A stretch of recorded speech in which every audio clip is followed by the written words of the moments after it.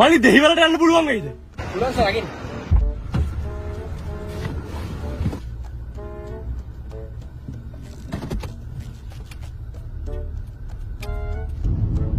මොකද ඉතින් කරන්නේ? මම මේ පොඩ්ඩක් පල්ලෙහාට යන්න බැලුවේ. මම සලෝන් එකක් කරනවානේ. යුනිසෙක්ස් එක. කොල්ල කෙලෝ දෙකලම මම ගාවට එනවා කොණ්ඩ කපන්න. ඒක නෙවෙයි. ඔයා කැමති දුවෙට්ටද පුතෙට්ටද? මම නම් කැමති කොල්ලොන්ට. කොල්ලොන්ට කැමති? මට තේරුනේ නෑ. පුතෙක් හොඳයි. ඒ වුණාට ඉතින් පළවෙනි ළමයා දුවෙක් වෙනා නම් හොඳයි නේ. යාර බොනික්කු අරන් සෙල්ලම් කරනවානේ. නෑ මම කියන්නේ ඉතින් කෙල්ලොන්ගෙත් එහෙම වරදක් නෑ.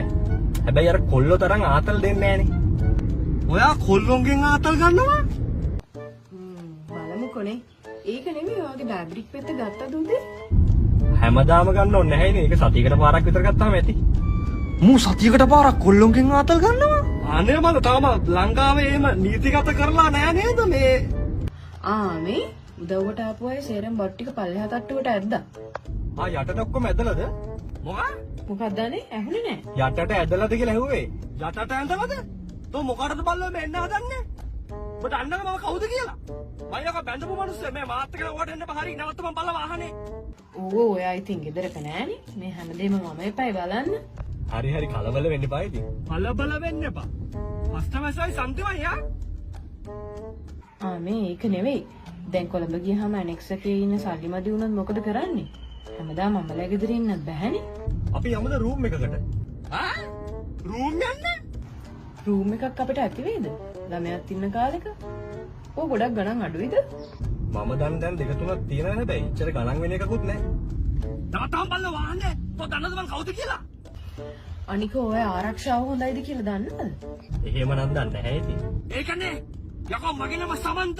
හැබැයි ගොඩක් කියොම් මට කියන්නේ පොඩි සමන්ත කියලා. මේ මමත් නිකන් ඉන්නේ කිය ඇනෙක්ස් එකක් බැලුවා. ඒක නම් ටිකක් ලොකුයි හැබැයි. ලොකුද? ලොකු සමන්ත නෙවෙයි යකෝ පොඩි සමන්ත. නවත්තන් ඕක. ඔව් ලොකුයි. හැබැයි ඉතින් ගානක් සැරයි. ඔයාගේ බීම නැවැත්තුව නම් මීට වඩා ගානක් ඉතුරු කරගන්නත් තිබ්බා. හරි හරි මම කිව්වනේ ඉතින් නවත්තන්නම් කියලා.